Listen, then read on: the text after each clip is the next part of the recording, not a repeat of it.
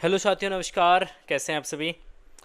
I hope अच्छे होंगे। और आज के इस वीडियो में हम लोग डिस्कशंस करेंगे कैपेसिटर्स के बारे में, जो कि chapter second electric potential and capacitance का ही टॉपिक है ना। इससे पहले वाले पार्ट वन में हम लोगों ने डिस्कशंस किया था इलेक्ट्रिक पोटेंशियल के बारे में। इन डेप्थ डिटेल में हम लोगों ने डिस्कशंस किया था पोटेंशियल के बारे में, है ना। और आज के इस वीडियो में, इस वन शॉट में, हम लोग इन डेप्थ डिटेल में डिस्कशंस करेंगे किसके बारे में?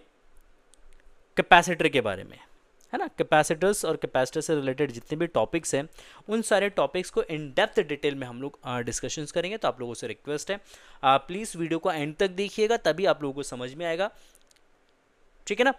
और अगर आप लोगों ने पढ़ लिया है इसके बारे में, तो भी एक बार शॉर्ट रिविजन्स के तौर पर इस वीडियो को 2x के फॉर्मेट में आप लोग एक बार रिमाइंड करके ज़रूर देखिएगा, ताकि आप लोगों का फास्ट रिवीजन हो जाए अगर आप लोगों ने पढ़ रखा है तो। क्योंकि बहुत सारे यहाँ पे न्यू कॉन्सेप्ट आपको इस वीडियोस के अंदर देखने को मिलेगा।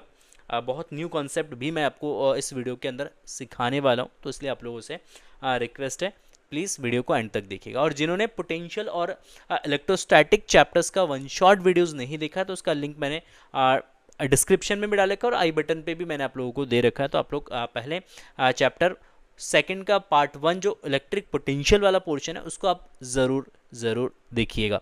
और फर्स्ट टाइम अगर आप चैनल पर विजिट करें तो ज़रूर चैनल को सब्सक्राइब करिएगा और नोटिफिकेशंस बेल को ज़रूर दबाइए, क्योंकि नोटिफिकेशंस बेल नहीं दबाएंगे तो आपको हमारे जो अपकमिंग वीडियोस के अपडेट्स है वो आप लोगों को नहीं मिलेगा।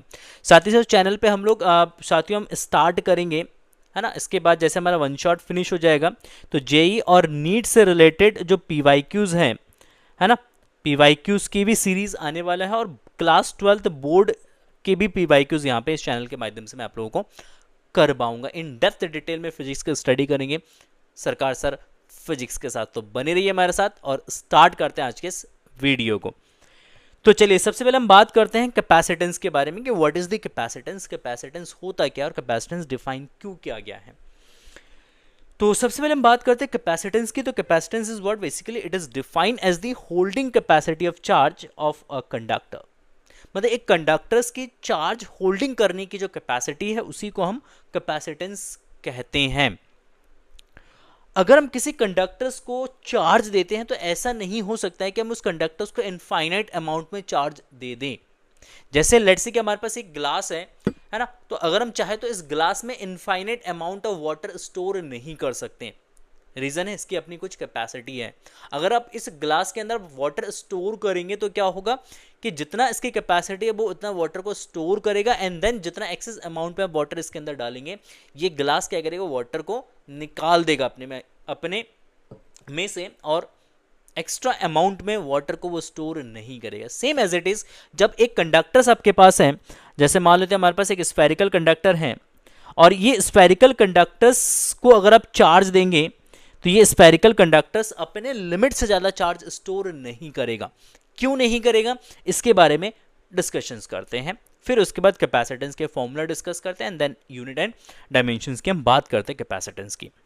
तो सबसे पहले हम बात करते हैं, हमारे पास एक कंडक्टर्स है, और लेट्स से अगर हम किसी इंस्टेंट टाइम पे अगर मान लो इसको हम कुछ चार्ज प्रोवाइड करते हैं, लेट्स से इस कंडक्टर को हमने कुछ चार्ज दिया है, दैट इज क्यू, है ना।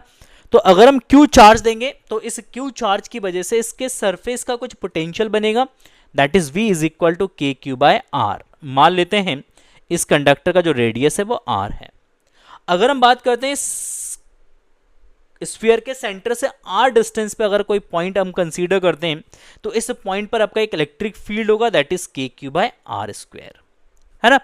अच्छा, अब ये कंडक्टर किसी मीडियम के अंदर रखा हुआ है, किसी मीडियम में रखा हुआ है। अगर ये कंडक्टर्स किसी मीडियम में रखा है, तो उस केस में हम बात कर सकते हैं कि उस मीडियम के छोटे छोटे कुछ पार्टिकल्स भी होंगे।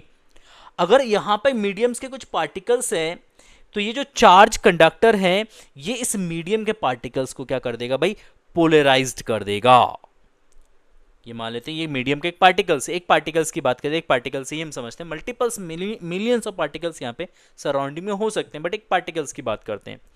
अब ये जो कंडक्टर है, ये कंडक्टर्स पे चार्ज है, ये इलेक्ट्रिक फील्ड बनाएगा, और इलेक्ट्रिक फील्ड क्या करेगा, इलेक्ट्रिक फील्ड इस चार्ज मतलब इस मॉलिक्यूल्स को, इस पार्टिकल्स को क्या करेगा, ये पोलराइज्ड करेगा। जब पोलराइजेशन होगा तो एक एंड पे नेगेटिव चार्ज आएगा, दूसरे एंड पे आपका पॉजिटिव चार्ज आ जाएगा, ठीक है।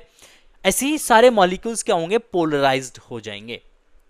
अब जैसे हम बात करते हैं इलेक्ट्रिक फील्ड के, तो इलेक्ट्रिक फील्ड क्या करेगा, इस पोलराइज्ड मॉलिक्यूल्स के पॉजिटिव चार्ज पे एक फोर्स लगाएगा इस डायरेक्शन में, दैट इज Q इंटू ई, और इस नेगेटिव चार्ज पे एक फोर्स लगाएगा इस डायरेक्शन में, F is equal to Q into E. मतलब सेम मैग्नीट्यूड के दो फोर्स लगेंगे और ये दोनों फोर्स क्या करें, इस मॉलिक्यूल्स को दोनों साइड से खींच रहा है, मतलब इस मॉलिक्यूल्स को खींच रहा है ये फोर्स। अब जैसे जैसे मान लो इस कंडक्टर पे चार्ज के मैग्नीट्यूड को हम बढ़ाते चलेंगे, जैसे जैसे चार्ज बढ़ेगा इसके सरफेस का पोटेंशियल और इसके सराउंडिंग का पोटेंशियल भी बढ़ेगा, और साथ ही साथ आपका इलेक्ट्रिक फील्ड का मैग्नीट्यूड भी यहां पे बढ़ेगा। अच्छा, अगर इस इलेक्ट्रिक फील्ड का मैग्नीट्यूड यहां पर बढ़ता है तो गौर से सुनिएगा मुझे, तो ये इलेक्ट्रिक फील्ड का मैग्नीट्यूड बढ़ेगा तो ये फोर्स भी आपका बढ़ेगा, ये इलेक्ट्रिक फील्ड का मैग्नीट्यूड बढ़ेगा तो ये फोर्स भी आपका इंक्रीज हो जाएगा, और धीरे धीरे आप इसको एक्स्ट्रा चार्ज देते चले जा रहे हो, आप इसको एक्स्ट्रा चार्ज देते चले जा रहे हो। जितनी कैपेसिटी इस कंडक्टर्स की, ये कैपेसिटी कंडक्टर्स क्या कर रहा है, और उस अमाउंट में चार्ज को स्टोर भी कर ले रहा है। लेकिन एक ऐसा लिमिट मिलेगा, एक ऐसा कंडीशंस आ जाएगा कि अगर आप इस चार्ज क्यू को और मैक्सिमम से अगर थोड़ा सा इंक्रीज करते हैं, क्योंकि इस क्यू मैक्स पे जो यहां पे इलेक्ट्रिक फील्ड बनेगा ये भी मैक्सिमम बनेगा, और इस मैक्सिमम इलेक्ट्रिक फील्ड की वजह से यहां पे जो फोर्स लगेगा ये फोर्स भी मैक्सिमम लगेगा। और जैसे आप इस क्यू के मैग्नीट्यूड को इंक्रीज करते हैं, यहां पे क्यू डैश ले लेना, हाँ, जैसे आप इस क्यू के मैग्नीट्यूड को इंक्रीज करोगे इलेक्ट्रिक फील्ड इस मैक्सिमम वैल्यू के बियॉन्ड चला जाएगा।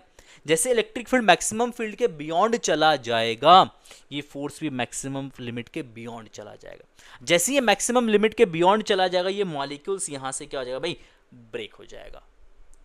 मतलब सराउंडिंग मीडियम के जो मॉलिक्यूल्स है, जो पार्टिकल्स है, जो एटम्स है, उनका क्या हो जाएगा, ब्रेकडाउन हो जाएगा, वो टूट जाएंगे। क्या हो जाएंगे भाई, वो टूट जाएंगे। और जब अगर वो टूटेगा तो उस केस में इन सारे मॉलिक्यूल्स में से क्या निकलेंगे भाई, फ्री इलेक्ट्रॉन्स निकलेंगे। इलेक्ट्रॉन्स, मॉलिक्यूल्स का टूटने का मतलब है कि उस मॉलिक्यूल्स में से इलेक्ट्रॉन्स बाहर आ जाएंगे, और जब हर मॉलिक्यूल्स में से एक एक इलेक्ट्रॉन्स बाहर आएंगे और मिलियंस ऑफ मॉलिक्यूल्स होंगे, तो इसका मतलब मिलियंस ऑफ इलेक्ट्रॉन्स रिलीज होंगे एक साथ, और वो मिलियंस ऑफ इलेक्ट्रॉन्स आके इस नेगेटिव, क्योंकि इलेक्ट्रॉन्स पे नेगेटिव चार्ज है, तो ये नेगेटिव चार्ज आके इस पॉजिटिव चार्ज को क्या कर देगा भाई, न्यूट्रलाइज कर देगा। जितने भी इलेक्ट्रॉन से ये आएंगे आके इस स्फीयर के जो पॉजिटिव चार्ज है, उस पॉजिटिव चार्ज को क्या कर देगा भाई, न्यूट्रलाइज कर देगा। तो इसका मतलब इस केस में हम क्या बोलेंगे, इस केस में हम बोलेंगे कि जो कंडक्टर है, जो स्फीयर है, इस स्फीयर ने अपना चार्ज जो है वो क्या कर दिया भाई, वो लीक कर दिया एटमॉस्फेयर में। मींस उस लिमिट के बियॉन्ड अगर आप कंडक्टर को चार्ज दे रहे हो तो कंडक्टर्स अपना जो टोटल चार्ज है वो पूरा का पूरा चार्ज क्या करेगा, वो एटमॉस्फेयर को लीक कर देगा, है ना, और कंडक्टर्स हो जाएगा हमारा न्यूट्रल। इसका मतलब इससे हमें यह समझ में आता है कि अगर हम किसी कंडक्टर्स को चार्ज देते हैं तो एक मैक्सिमम लिमिट तक हम उसको चार्ज दे सकते हैं। अगर उस मैक्सिमम लिमिट के बियॉन्ड अगर हम चार्ज देंगे उस कंडक्टर को, तो उसके सराउंडिंग का मीडियम का ब्रेकडाउन हो जाएगा, और सराउंडिंग के मीडियम का ब्रेकडाउन होने की वजह से वो कंडक्टर्स अपनी टोटल चार्ज, अपनी संपूर्ण जो उसके अंदर चार्ज है वो क्या करेगा, वो एटमॉस्फेयर को लीक कर देगा। That is the concept of capacitance. I hope आपको क्लियर हो गया होगा कि हम किसी भी कंडक्टर्स को एक मैक्सिमम लिमिट तक चार्ज दे सकते हैं, उसके बियॉन्ड चार्ज देंगे तो कंडक्टर्स अपना चार्ज जो है वो एटमॉस्फेयर को लीक कर देगा और कंडक्टर्स हमारा न्यूट्रल हो जाएगा। Is it clear? So now यहाँ पे हम कैपेसिटेंस को डिफाइन करने के लिए हम लिख सकते हैं, कैपेसिटेंस को डिफाइन करने के लिए हम यहाँ पे अज्यूम कर सकते हैं कि V और K में ये रिलेशंस है, V is equal to K Q by are. ठीक, तो हम यहाँ पे लिख सकते हैं, नेक्स्ट पेज में लिखता हूँ मैं यहाँ पे, है ना, इतना एक्सप्लेन कर दिया मैंने, आप इसको नोट कर लेना। So now potential at the surface of conductor, surface of conductor, yes, spherical conductor, that is V is equal to KQ by R. So we can write V is proportional to Q. हम क्या लिख सकते हैं कि जो V है वो Q के proportional है, and then we can write also, so हम यहाँ पे लिख सकते हैं vice versa कि Q is proportional to V. Q जो है किसके प्रोपोर्शनल होगा, V के प्रोपोर्शनल होगा। और जब यहाँ से प्रोपोर्शनलिटी साइन को रिमूव किया जाएगा तो एक कांस्टेंट यहाँ पे इंट्रोड्यूस करेंगे, दैट इज C। तो C इंटू V। तो यहाँ पे C एक प्रोपोर्शनलिटी कांस्टेंट है और इस प्रोपोर्शनलिटी कांस्टेंट को ही क्या बोला जाता है भाई, कैपेसिटेंस बोला जाता है। सो यहाँ पे कैपेसिटेंस आपका आ जाएगा, कैपेसिटेंस यहाँ पे C है और कैपेसिटेंस C को हम लिख सकते हैं that is Q by V। क्या लिखेंगे, Q बाय V लिखेंगे। तो capacitance C is equal to Q upon V हो जाएगा। अगर हम बात करते हैं, क्योंकि C यहाँ पे प्रोपोर्शनलिटी कांस्टेंट है और प्रोपोर्शनलिटी कांस्टेंट जो है वो ना तो Q पे डिपेंड करेगा और ना ही V पे डिपेंड करेगा, तो यहाँ पे लिख सकते हैं C डज नॉट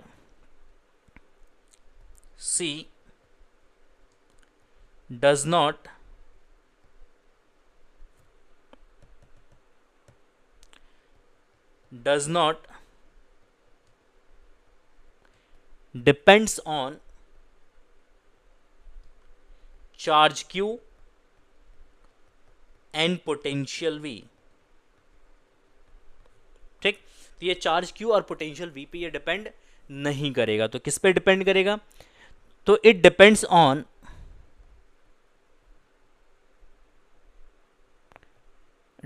ऑन ये किस पे डिपेंड करेगा, पहला ये डिपेंड करेगा शेप एंड साइज पे,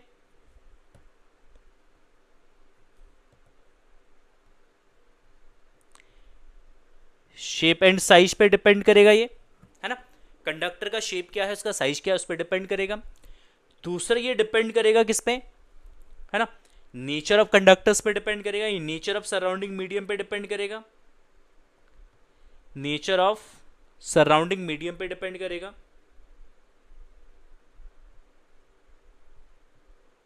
ठीक, मीडियम किस नेचर का है उस मीडियम पे डिपेंड करेगा। और किस पे डिपेंड करेगा, ये डिपेंड करेगा नियर बाय ऑब्जेक्ट पे, नियर बाय ऑब्जेक्ट पे ये डिपेंड करेगा। तो जो कैपेसिटेंस है, कैपेसिटेंस आपका डिपेंड करता है शेप एंड साइज पे, कंडक्टर का शेप क्या है, उसका साइज क्या है। नेचर ऑफ मीडियम, मीडियम जिस मीडियम के अंदर आपने कंडक्टर को प्लेस किया उस मीडियम के नेचर पे डिपेंड करता है।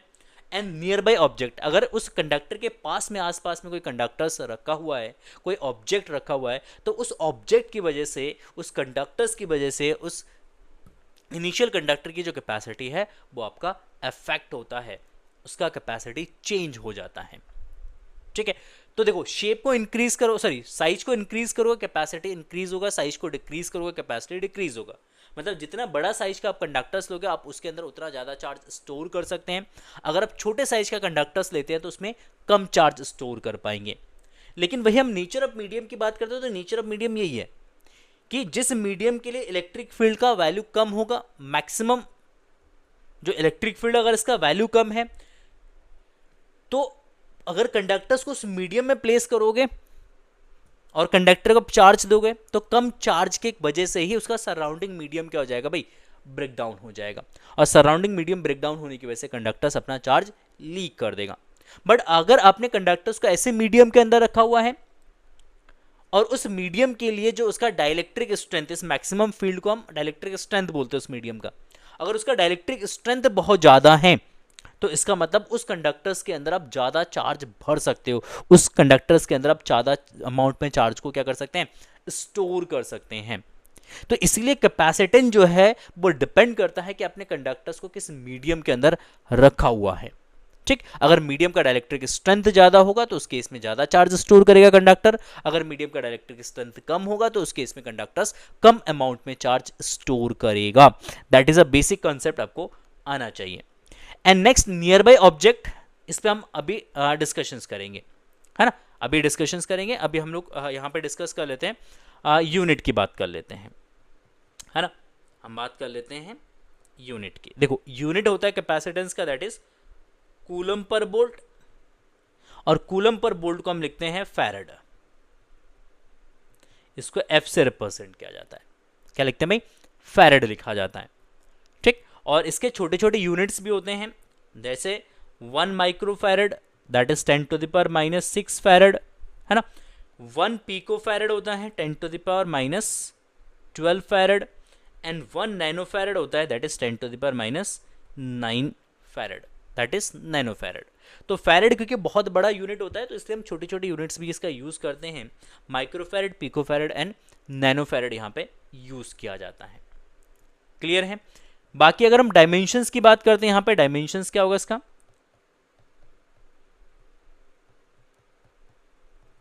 डायमेंशन क्या होगा, देखो डायमेंशंस आप निकाल सकते हैं, यहाँ पे डायमेंशंस आप इजीली कैलकुलेट कर सकते हैं। तो वो चार्ज का डायमेंशंस हो गया 80, है ना, और पोटेंशियल का डायमेंशंस होता है, देखो हम इसको ऐसे लिख लेते हैं, C is equal to that is Q by V, है ना।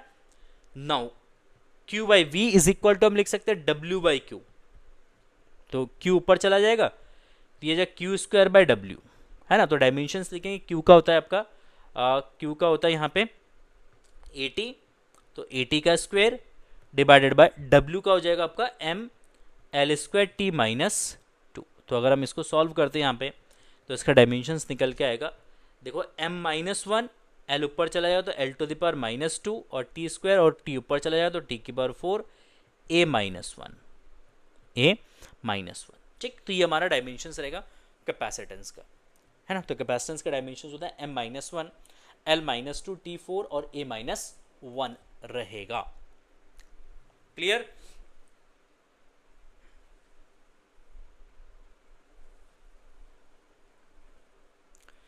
नाउ अब बात करते हैं कैपेसिटर्स की, और कैपेसिटर्स को डिस्कस करने से पहले हम यहाँ पे डिस्कशंस करते हैं नियर बाय ऑब्जेक्ट के बारे में, है ना, कि नियर बाय ऑब्जेक्ट किस तरीके से जो है कंडक्टर्स की कैपेसिटी को अफेक्ट करेगा। तो यहाँ पे नेक्स्ट हम नियर बाय कंडक्टर्स की बात करते हैं। देखो इफेक्ट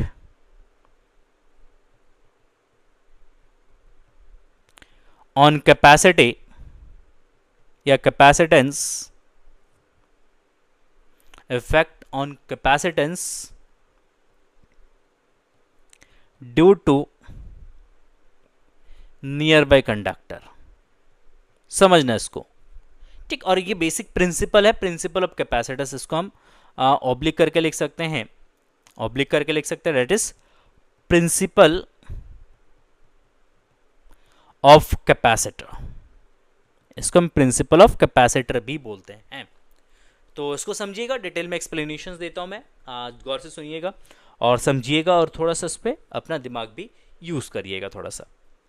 ठीक है, लेट से हमारे पास एक कंडक्टर है, ये सिनेरियो हमारा 1 है, हाँ सिनेरियो कुछ 1 है कि हमारे पास एक कंडक्टर है, ठीक, और इस पर इनिशियली लेट से कुछ चार्ज है, और इसके पास में हम दूसरा कोई कंडक्टर्स रख दिया, और इसका ये हमारे पास ए कंडक्टर्स है, और लेट से इसके पास में हमने बी कंडक्टर रख दिया। ये सिनेरियो हमारा फर्स्ट है, ये सिनेरियो फर्स्ट है। अब लेट से कि इस कंडक्टर्स को मैक्सिमम 100 वोल्ट पे हम इसको चार्ज कर सकते हैं, 100 वोल्ट पे चार्ज कर सकते हैं मैक्सिमम, और 100 वोल्ट से ज़्यादा वोल्टेज पे अगर इसको चार्ज करोगे तो क्या होगा, ये कंडक्टर अपना चार्ज जो है सराउंडिंग मीडियम को लीक कर देगा, इसका मतलब चार्ज का लीकेज होना स्टार्ट हो जाएगा। और इनिशियली मान लेते हैं इस बी कंडक्टर्स पे कुछ चार्ज है, मतलब ये कुछ पॉजिटिवली चार्ज बॉडी है, ये हमारे पास पॉजिटिवली चार्ज बॉडी है बी, है ना। अब देखो ये जो बी बॉडी है, इस बी स्फीयर की वजह से इसके सरफेस का कुछ पोटेंशियल बनेगा, कुछ तो बनेगा पॉजिटिव में पोटेंशियल। हम अज्यूम कर लेते हैं कि इस बी कंडक्टर्स की वजह से इस ए कंडक्टर के सरफेस पे जो पोटेंशियल बना है, मान लेते हैं 20 वोल्ट का पोटेंशियल जो है बी ने बनाया। अगर बी ने 20 वोल्ट का यहां पे पोटेंशियल बनाया तो इसका मतलब अब इस कंडक्टर्स को आप मैक्सिमम 80 वोल्ट पे क्या कर सकते हैं भाई, चार्ज कर सकते हैं। विदाउट बी आप क्या कर पा रहे थे, अब इस कंडक्टर्स को 80 वोल्ट पे चार्ज कर पा रहे थे। अब क्योंकि इस बी कंडक्टर्स की वजह से एक कंडक्टर के सरफेस का एक पोटेंशियल बना, दैट इज 20 वोल्ट। अब क्योंकि 20 वोल्ट इस बी कंडक्टर्स ने बना दिया ऑलरेडी, और मैक्सिमम ए का जो पोटेंशियल है वो आपका 100 हो सकता है। तो अब इस बी कंडक्टर्स को आप इतना अमाउंट में चार्ज दोगे ताकि इस चार्ज की वजह से ए कंडक्टर्स का अपना खुद का जो पोटेंशियल बने वो 80 वोल्ट बने मैक्सिमम, क्योंकि ये खुद अपना 80 बनाएगा और बी कंडक्टर्स 20 बनाएगा, तो टोटल 80 + 20 मिलके जो टोटल पोटेंशियल होगा वो आपका 100 वोल्ट हो जाएगा।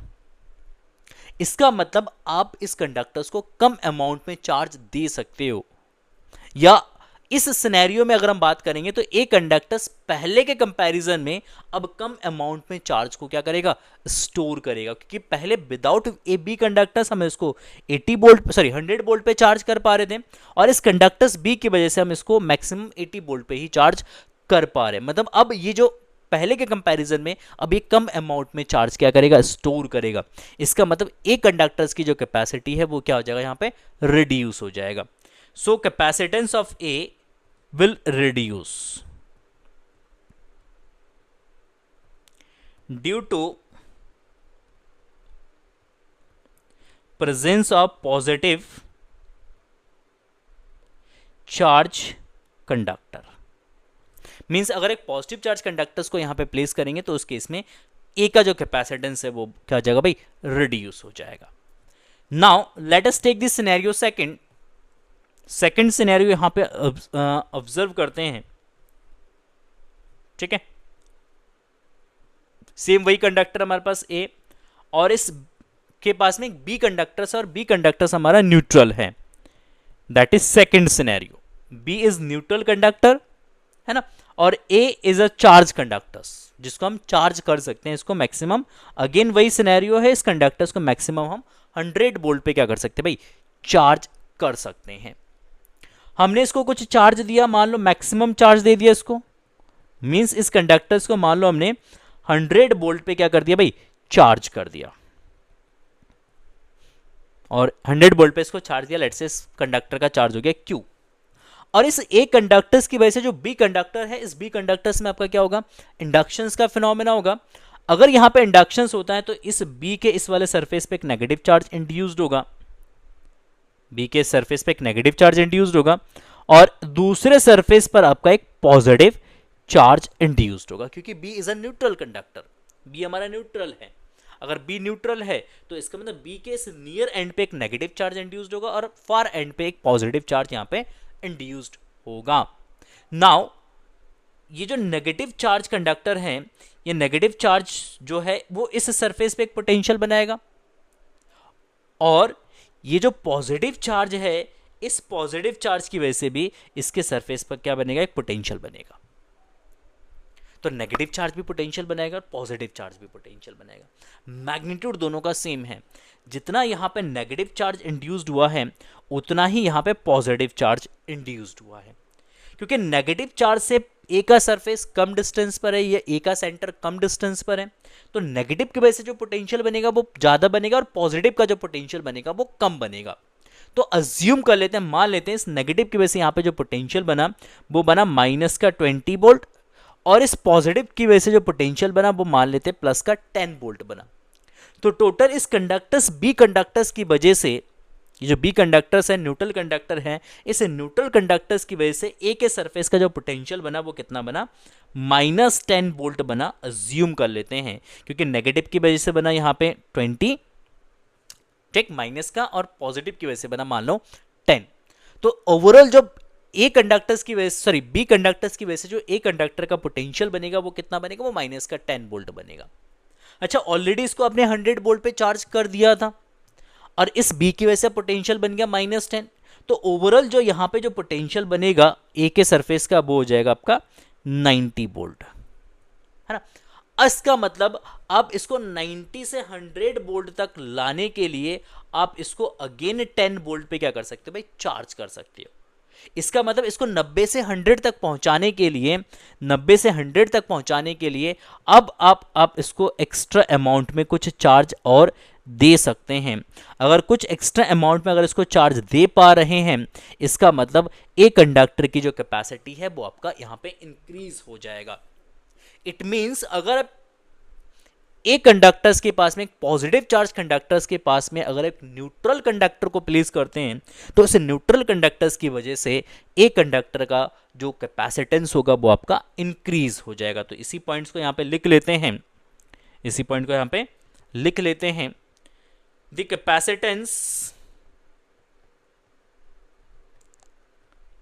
Capacitance of A, that is Ca, will increase due to presence of a neutral conductor, neutral conductor. ठीक, तो जो एक न्यूट्रल कंडक्टर्स है, इस न्यूट्रल कंडक्टर्स की वजह से एक कंडक्टर्स की जो कैपेसिटी है वो आपका इंक्रीज हो जाएगा। नाउ नेक्स्ट जो सिनेरियो है, अगर नेक्स्ट सिनेरियो की अगर हम बात करेंगे तो नेक्स्ट सिनेरियो में अगर हम थर्ड सिनेरियो में इस बी कंडक्टर्स को ग्राउंड कर देते हैं, ठीक, थर्ड सिनेरियो की बात करते हैं, तो वही कंडीशन है हमारे पास कंडक्टर ए है, ये कंडक्टर बी है ना। थोड़ा सा बड़ा बना लेता हूं समझने के लिए, सॉरी, अरे यहां पर पेज ऐड करना था। ठीक, तो यहां पे हमारे पास है थर्ड सिनेरियो। अब थर्ड सिनेरियो में अगर हम बात करें तो ये हमारे पास कंडक्टर है, ये बी कंडक्टर से, बी हमारा न्यूट्रल है, ए कंडक्टर पे कुछ पॉजिटिव चार्ज है, ए कंडक्टर पे कुछ पॉजिटिव चार्ज है ना, और हमने इसको 100 वोल्ट पे चार्ज किया था। सेकंड सिनेरियो को ही अज्यूम करते हैं, है ना, बी हमारा न्यूट्रल है तो बी के इस एंड पे नेगेटिव चार्ज इंड्यूस्ड होगा भाई, इस एंड पे पॉजिटिव चार्ज इंड्यूस्ड होगा, और इस बी कंडक्टर्स की वजह से ए कंडक्टर के सरफेस का पोटेंशियल क्या होगा, रिड्यूस हो जाएगा। हमने बोला था कि इस नेगेटिव की वजह से पोटेंशियल बनेगा माइनस का 20 वोल्ट, पॉजिटिव की वजह से जो पोटेंशियल बनेगा वो बनेगा प्लस का 20 वोल्ट, और इसके सरफेस का ऑलरेडी पोटेंशियल है प्लस का 100 वोल्ट। तो ओवरऑल इस कंडक्टर्स ए का जो पोटेंशियल रिड्यूस हो जाएगा वो 90 वोल्ट हो जाएगा। नाउ सिनेरियो थर्ड है, सिनेरियो थर्ड में अगर मान लो इस बी कंडक्टर्स को मैं ग्राउंड से कनेक्ट कर दूं, है ना, इस बी कंडक्टर्स को अगर मैं ग्राउंड से कनेक्ट करता हूं तो उस केस में ये जो पॉजिटिव चार्ज होगा इसका, ये पॉजिटिव चार्ज पूरा का पूरा कहां चला जाएगा भाई, ये ग्राउंड में चला जाएगा, ये ग्राउंडेड हो जाएगा। ये पॉजिटिव चार्ज पूरा ग्राउंड में चला जाएगा, पॉजिटिव चार्ज ग्राउंड में चला जाएगा, तो बी कंडक्टर्स पे जो बचेगा वो नेगेटिव चार्ज बचेगा। मींस अब ए कंडक्टर्स के पास में क्या रखा हुआ है भाई, एक बी कंडक्टर्स रखा हुआ है जिसपे ऑलरेडी नेगेटिव चार्ज है। तो इस नेगेटिव चार्ज कंडक्टर्स की वजह से ए कंडक्टर का जो पोटेंशियल होगा वो और रिड्यूस हो जाएगा, क्योंकि अब जो पोटेंशियल यहां पे इस बी कंडक्टर्स की वजह से बचेगा वो केवल माइनस का 20 वोल्ट बचेगा, और इस सिनेरियो में जो आपका नेट पोटेंशियल होगा वो 100 माइनस 20 दैट इज 80 वोल्ट हो जाएगा। मतलब पोटेंशियल और रिड्यूस हो गया, पोटेंशियल क्या हो गया भाई, रिड्यूस हो गया। मींस इसको अगेन 80 से 100 वोल्ट तक चार्ज करने के लिए आप इसको 20 वोल्ट पे और एक्स्ट्रा चार्ज दे सकते हो। मींस इस कंडक्टर्स को आप कुछ एक्स्ट्रा चार्ज और प्रोवाइड कर सकते हो जिससे इसका पोटेंशियल फिर से कितना हो जाए भाई, 100 हो जाए, क्योंकि इस नेगेटिव चार्ज कंडक्टर्स की वजह से इसका पोटेंशियल 100 से कितना हो गया था भाई, 80 हो गया था, क्योंकि नेगेटिव चार्ज ने नेगेटिव पोटेंशियल बनाया, पोटेंशियल हो गया 100 से 80 कम हो गया, और एक्स्ट्रा चार्ज अब ए कंडक्टर्स को प्रोवाइड करोगे ताकि जो है ए सरफेस का मैक्सिमम पोटेंशियल कितना बन जाए भाई, 100 बन जाए। तो इसका मतलब अगर एक पॉजिटिव चार्ज कंडक्टर के पास में एक न्यूट्रल कंडक्टर को रखते हैं तो कैपेसिटेंस इंक्रीज होता है, बट वही अगर एक एक चार्ज कंडक्टर के पास में एक नेगेटिव चार्ज कंडक्टर्स या न्यूट्रल कंडक्टर्स को ग्राउंड के साथ कनेक्ट करके अगर प्लेस करते हैं तो उस केस में कैपेसिटी और इंक्रीज हो जाता है। तो ये जो मैकेनिज्म है, ये जो एक्सप्लेनेशन है, that is the principle of capacitor. इसी को प्रिंसिपल ऑफ कैपेसिटर भी हम बोलते हैं। तो इसी को लिख लेते हैं यहां पे, है ना, कैपेसिटेंस ऑफ अ कंडक्टर ठीक विल इंक्रीज ड्रास्टिकली, आप लिख सकते हैं विल इंक्रीज, मोर इंक्रीज लिखना, more increase due to presence of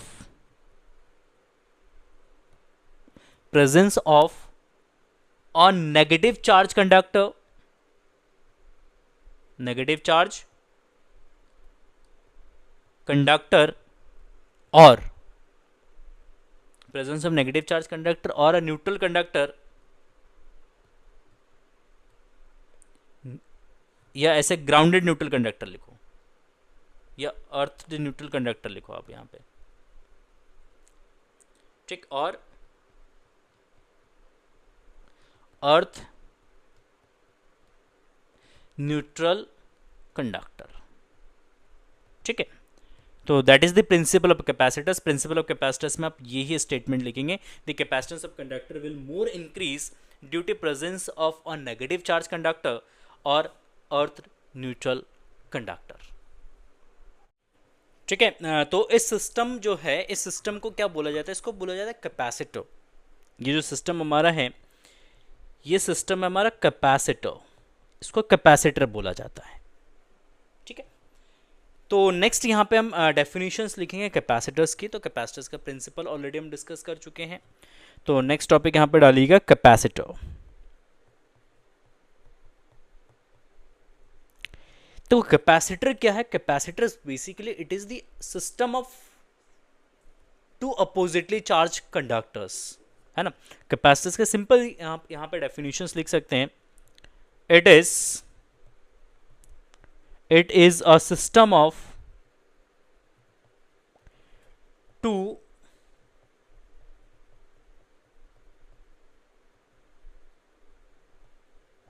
oppositely charged conductor। Two oppositely charge conductors के सिस्टम को या अरेंजमेंट को हम सिंपली क्या बोलते हैं? कैपेसिटर बोलते हैं। विच स्टोर, या ऐसे लिख सकते हैं, which is store electrical energy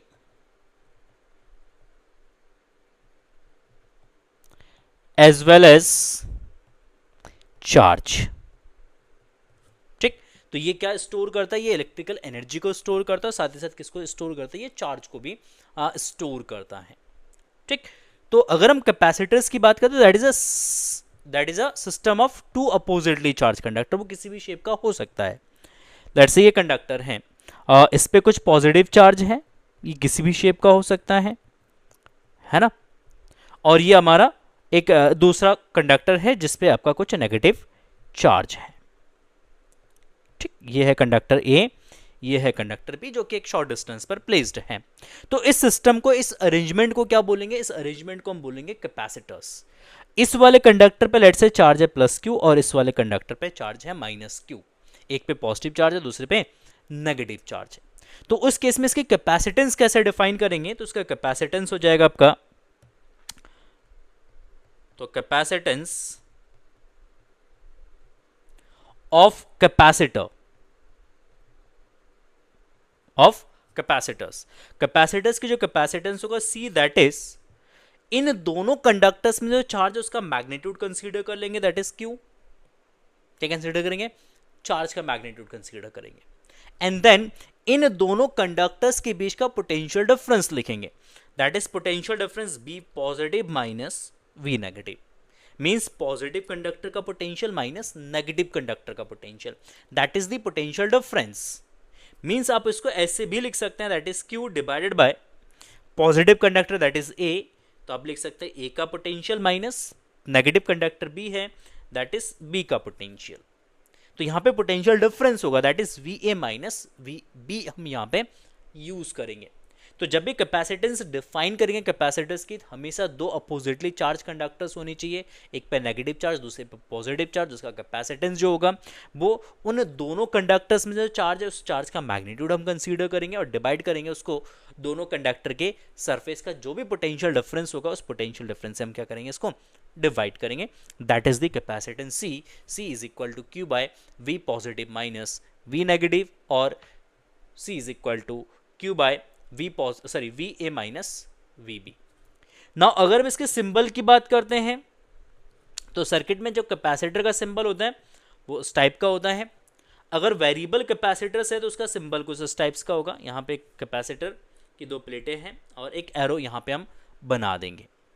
ठीक, तो ये वाला जो कैपेसिटर है ये कांस्टेंट कैपेसिटर है, सी यहाँ पे कांस्टेंट है।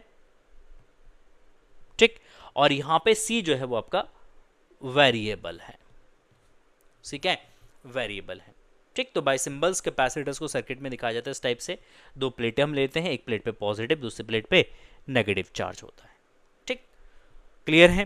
That is a symbol of capacitors, capacitance कैसे डिफाइन करना है ये भी हम लोगों ने डिस्कशंस कर लिया, कैपेसिटर्स कैसे बनता है ये भी हम लोगों ने डिस्कशंस कर लिया। अब देखो हमने कहा दो अपोजिटली चार्ज कंडक्टर्स हैं, दो अपोजिटली चार्ज कंडक्टर्स अगर है तो इसका मतलब कैपेसिटर्स डिफरेंट शेप के हो सकते हैं, डिफरेंट टाइप के हो सकते हैं। ये दोनों कंडक्टर्स जो अपोजिटली चार्ज कंडक्टर्स है ये आपका सिलेंड्रिकल शेप का हो सकता है, तो इसके अकॉर्डिंग कैपेसिटर्स आपका सिलेंड्रिकल कैपेसिटर हो जाएगा। ये दोनों कंडक्टर्स स्फेयर हो सकता है तो वो स्फेयर कैपेसिटर्स बन सकता है। अगर दोनों स्फेरिकल शेल है तो वो स्फेरिकल कैपेसिटर्स बन जाएगा। अगर दोनों कंडक्टर्स आपका लाइन चार्ज के फॉर्म में है, कोई वायर के फॉर्म में, एक वायर पे पॉजिटिव चार्ज है, दूसरे वायर पे नेगेटिव चार्ज है, तो इसके इसमें ये वायर कैपेसिटर्स बन जाएगा। अगर दोनों कंडक्टर्स दो प्लेट के शेप में है, एक प्लेट पे पॉजिटिव चार्ज, दूसरे प्लेट पे नेगेटिव चार्ज, तो दोनों मिलके बनाएगा एक पैरेलल प्लेट कैपेसिटर्स। तो it means there are different types of capacitors. First is spherical capacitor, second is cylindrical capacitors, third is sphere capacitors, fourth is wire capacitors and fifth is parallel plate capacitors. तो there are numbers of capacitors, but board के syllabus में आपका केवल यहाँ पे आपका board के syllabus में केवल पैरेलल प्लेट कैपेसिटर्स है, बाकी के जो कैपेसिटर्स है वो जेईई मेंस और नीट के सिलेबस में है। तो जेईई मेंस और नीट वाला जो वीडियो रहेगा उसमें हम बाकी टाइप्स के कैपेसिटर्स जो है वो डिस्कशंस करेंगे, ठीक। और चलिए spherical capacitors parallel plate capacitor discuss करने से पहले एक टॉपिक्स और डिस्कस कर लेते हैं यहाँ पे, that is capacitance of a spherical conductors. अगर आपके पास एक स्फेरिकल कंडक्टर है तो उसकी कैपेसिटी क्या होगा। सिंपल सा डेरिवेशन, दो लाइन का डेरिवेशन है। तो ये हमारे पास एक कंडक्टर है मान लेते हैं, है ना, और इस कंडक्टर का जो रेडियस है अज्यूम कर लेते हैं ये r है, ठीक। इस कंडक्टर का रेडियस मतलब स्फेरिकल कंडक्टर का रेडियस r है, और इस कंडक्टर पर कुछ पॉजिटिव चार्ज यूनिफॉर्मली जो है वो आपका डिस्ट्रीब्यूटेड है ना। कितना चार्ज है भाई, q चार्ज है। तो r यहां पे आपका रेडियस हो गया, है ना, q that is charge on conductor, ये कंडक्टर पे चार्ज हो गया। सो ना पोटेंशियल क्या होगा इसके सरफेस का, potential at the surface of conductor, surface of conductor, है ना। Potential at the surface of conductors की अगर हम बात करेंगे तो पोटेंशियल इसके सरफेस का बनेगा v is equal to that is K Q by R. Means ये आपका जो k का मतलब हो गया 4 पाई एप्सिलॉन नॉट। अगर कोई मीडियम यहां पर है प्रेजेंट मान लेते हैं, और उस मीडियम का डाइलेक्ट्रिक कांस्टेंट क्या है, k है, तो उस केस में सरफेस का जो पोटेंशियल बनेगा that is 1/4 pi epsilon naught के क्यू बाय आर, ठीक। तो कैपेसिटेंस क्या हो जाएगा इसका, तो कैपेसिटेंस यहां पे हो जाएगा, देखो capacitance that is c is equal to Q by V. तो c is equal to Q by V, V इसका पोटेंशियल ले लेंगे। देखो यहां पे पोटेंशियल ले रहे, पोटेंशियल डिफरेंस नहीं ले रहे, क्योंकि यहां पे जो पोटेंशियल डिफरेंस क्रिएट होगा इसके सरफेस और इन्फिनिटी के बीच में होगा, और इन्फिनिटी का पोटेंशियल क्या है भाई, जीरो है, इन्फिनिटी का पोटेंशियल जीरो है ना। तो इसलिए हमने ओनली v कंसीडर कर रहे हैं, ठीक हो गया। तो q बाई वी, और v आपका हो गया that is q upon 4 pi epsilon naught के आर। q से q कैंसिल हो जाएगा, तो यहाँ से c का एक्सप्रेशन आ जाएगा, c is equal to that is 4 pi epsilon naught K into R, that is the capacitance c। तो अगर हमारे पास एक स्फेरिकल कैपेसिटर है, स्फेरिकल कंडक्टर है, तो उस स्फेरिकल कंडक्टर की जो कैपेसिटी होगा that is c is equal to 4 pi epsilon naught K into R. तो यहाँ से अब लिख सकते हैं c is proportional to k and c is proportional to r। c k के प्रोपोर्शनल होगा, c r के प्रोपोर्शनल होगा, मतलब c यहाँ पे मीडियम के नेचर पर डिपेंड करेगा और कंडक्टर के साइज पर डिपेंड करेगा, कंडक्टर के साइज पे डिपेंड करेगा। क्लियर है। नाउ एक चीज मोस्ट इंपॉर्टेंट मैं आपको बता दूं, यहाँ पे आप जरूर उसको नोट करिएगा और याद भी रखिएगा। जो कैपेसिटेंस डिफाइन किया जाता है वो सिस्टम का डिफाइन नहीं होता है।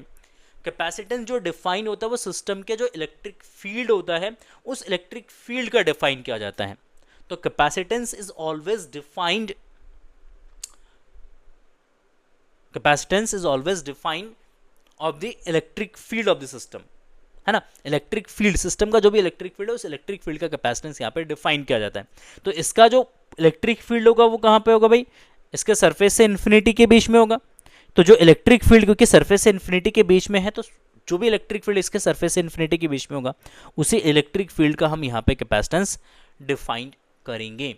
क्योंकि कैपेसिटेंस इसलिए हम डिफाइन करेंगे क्योंकि ये सिस्टम एनर्जी स्टोर कर रहा है और ये एनर्जी जो है स्टोर जो होगा वो इलेक्ट्रिक फील्ड के अंदर होता है। तो इसलिए आप जरूर एक पॉइंट मोस्ट इंपॉर्टेंट याद रखिएगा, कैपेसिटेंस हमेशा इलेक्ट्रिक फील्ड का डिफाइन किया जाता है, ना कि सिस्टम का डिफाइन किया जाता है। क्लियर है? यहां पे भी इलेक्ट्रिक फील्ड जो बनेगा वो पॉजिटिव से नेगेटिव की तरफ इलेक्ट्रिक फील्ड बनेगा, क्योंकि ये पॉजिटिव से नेगेटिव की तरफ इलेक्ट्रिक फील्ड बनेगा तो इसी इलेक्ट्रिक फील्ड का ही हम क्या करेंगे, कैपेसिटेंस डिफाइन करेंगे। क्लियर? चलिए यहां तक क्लियर है। नाउ अगर हम बात करते हैं अर्थ की कैपेसिटी कितना है भाई,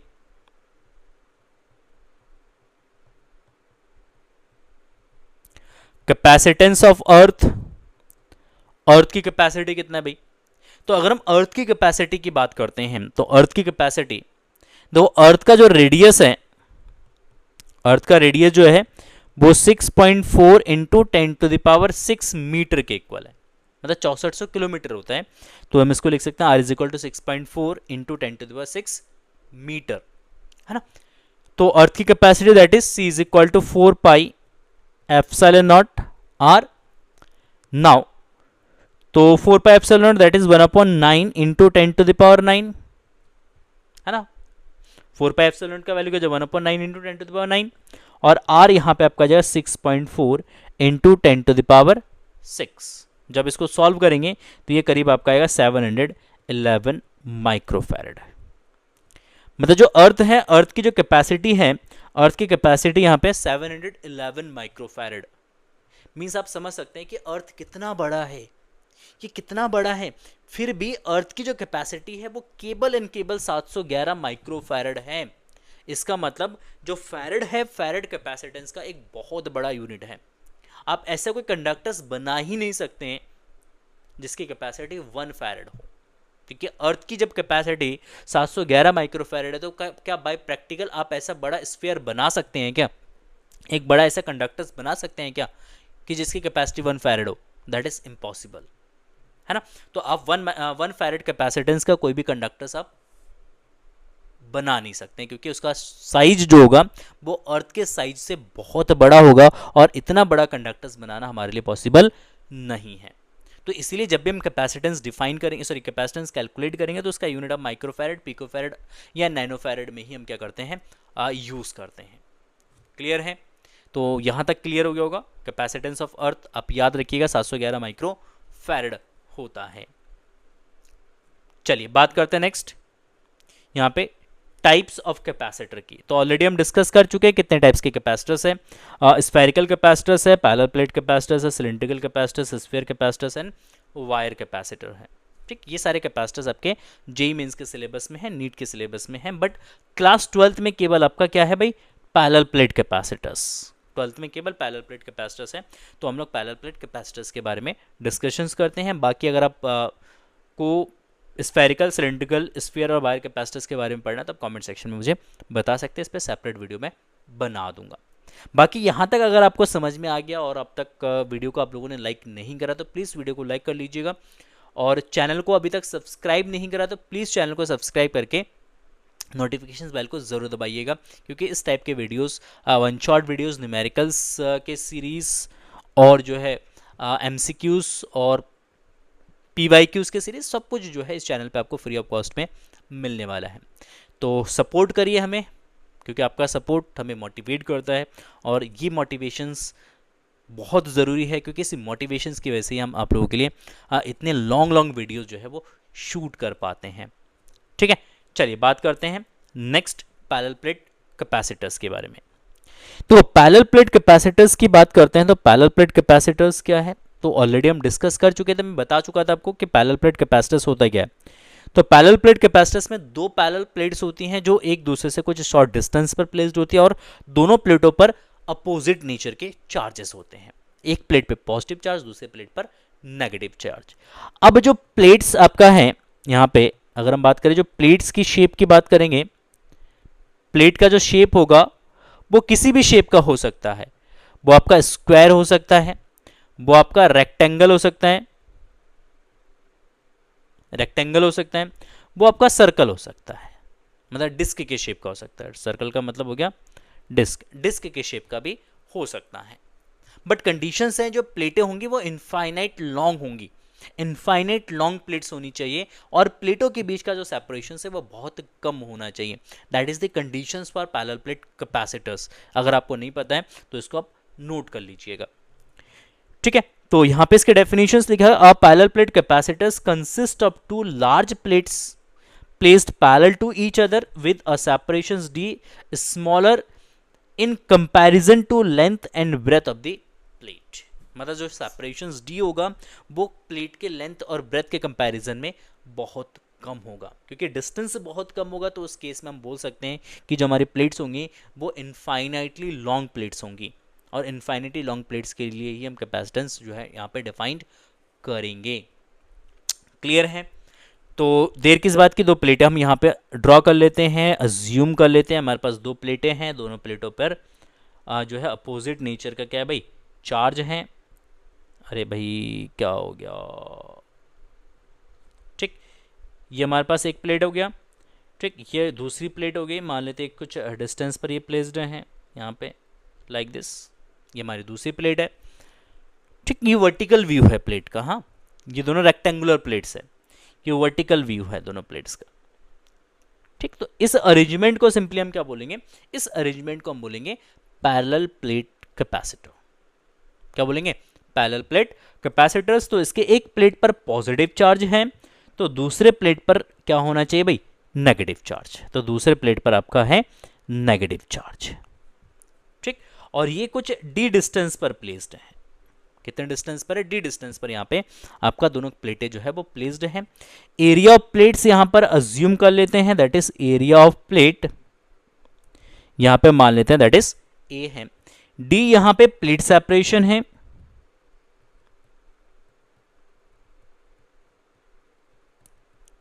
डी हमारा प्लेट सेपरेशन, और क्यू जो है प्लस माइनस क्यू जो है वो आपका चार्ज है ऑन प्लेट्स। प्लेट्स पे चार्ज जो है वो प्लस माइनस क्यू है। तो प्लेट का सरफेस चार्ज डेंसिटी क्या होगा, है ना, तो सरफेस चार्ज डेंसिटी,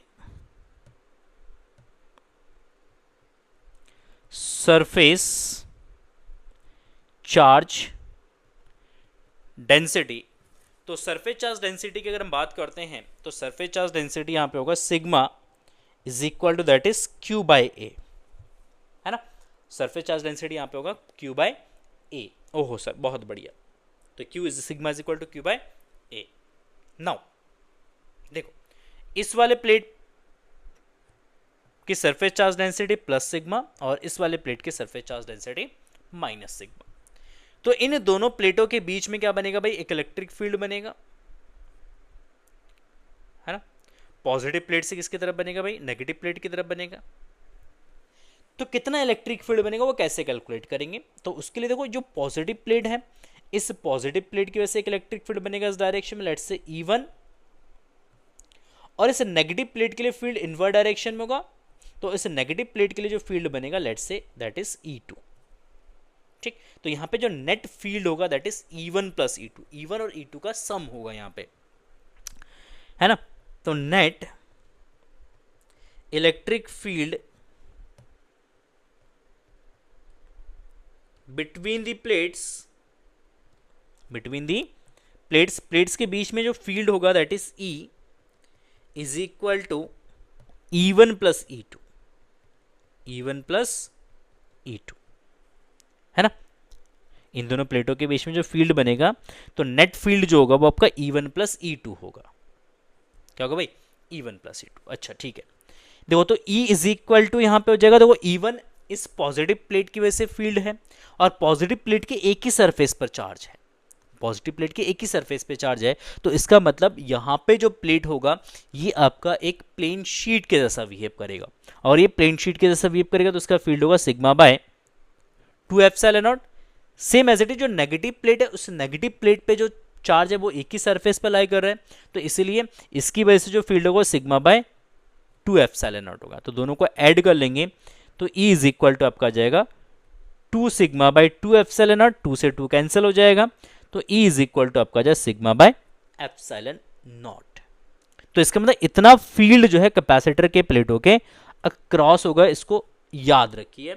ये कैपेसिटर के प्लेटों के बीच का फील्ड हो गया, क्योंकि इस पे बेस्ड न्यूमेरिकल्स भी बनेंगे और इस पे बेस्ड बहुत सारे क्वेश्चंस भी बनते हैं। तो हर एक छोटे छोटे फॉर्मूलेस को आप जरूर याद करिएगा। तो E is equal to sigma by epsilon naught हो गया। अच्छा, sigma is equal to Q by A होता है, तो E इज इक्वल टू हम यहाँ पे लिख सकते हैं, E इज इक्वल टू हम यहाँ पे लिख सकते हैं, देखो E इज इक्वल टू हम लिखेंगे that is Q by A epsilon naught. क्या लिखेंगे? Q by A epsilon naught. तो इलेक्ट्रिक फील्ड आपका हो जाएगा E is equal to A epsilon naught. अब ये जो इलेक्ट्रिक फील्ड है ये यूनिफॉर्म फील्ड है। कैसा फील्ड है? यूनिफॉर्म फील्ड है। तो इन दोनों प्लेटों के बीच का पोटेंशियल डिफरेंस हम लिख सकते हैं, डेल्टा वी लिख सकते हैं। तो पोटेंशियल डिफरेंस हम यहाँ पे क्या लिखेंगे? तो पोटेंशियल डिफरेंस आपका हो जाएगा, पोटेंशियल डिफरेंस हो जाएगा that is V positive minus V negative, V positive minus V negative. अब इसको डेल्टा वी लिख लो, तो delta V is equal to that is E into D, E की डी से मल्टीप्लाई कर देंगे, तो डेल्टा वी आपका हो जाएगा that is E sigma by Q by A epsilon naught into D, है ना। तो delta V is equal to Q upon A epsilon naught into D हो जाएगा। बैटरी खत्म हो गई, अब आपको मेरा फेस नहीं दिखेगा, ठीक है, फिर भी रिकॉर्ड करते हैं अभी थोड़ी देर। तो delta V is equal to Q by A epsilon naught into D, ठीक है। तो यहां से हमारा पोटेंशियल डिफरेंस आ गया। तो कैपेसिटेंस क्या होगा, है ना, कैपेसिटेंस क्या होगा? तो यहां पे कैपेसिटेंस हो जाएगा C is equal to that is Q by delta V, है ना। तो C is equal to Q by delta V की अगर हम बात करेंगे तो डेल्टा वी होगा Q into D divided by A epsilon naught. तो क्यू से क्यू कैंसिल हो जाएगा, ए एप्सिलॉन नॉट ऊपर चला जाएगा, तो ये A epsilon naught by D हो जाएगा। मींस अगर आपके पास एक पैरेलल प्लेट कैपेसिटर है तो उस पैरेलल प्लेट कैपेसिटर्स की जो कैपेसिटी है वो आपका आ जाएगा C is equal to A epsilon naught by D होता है। क्या होता है? A epsilon naught by D होता है। अगर लेट से इस कैपेसिटर्स के अंदर कोई डाइलेक्ट्रिक मीडियम भरा हुआ है, if capacitor is filled with a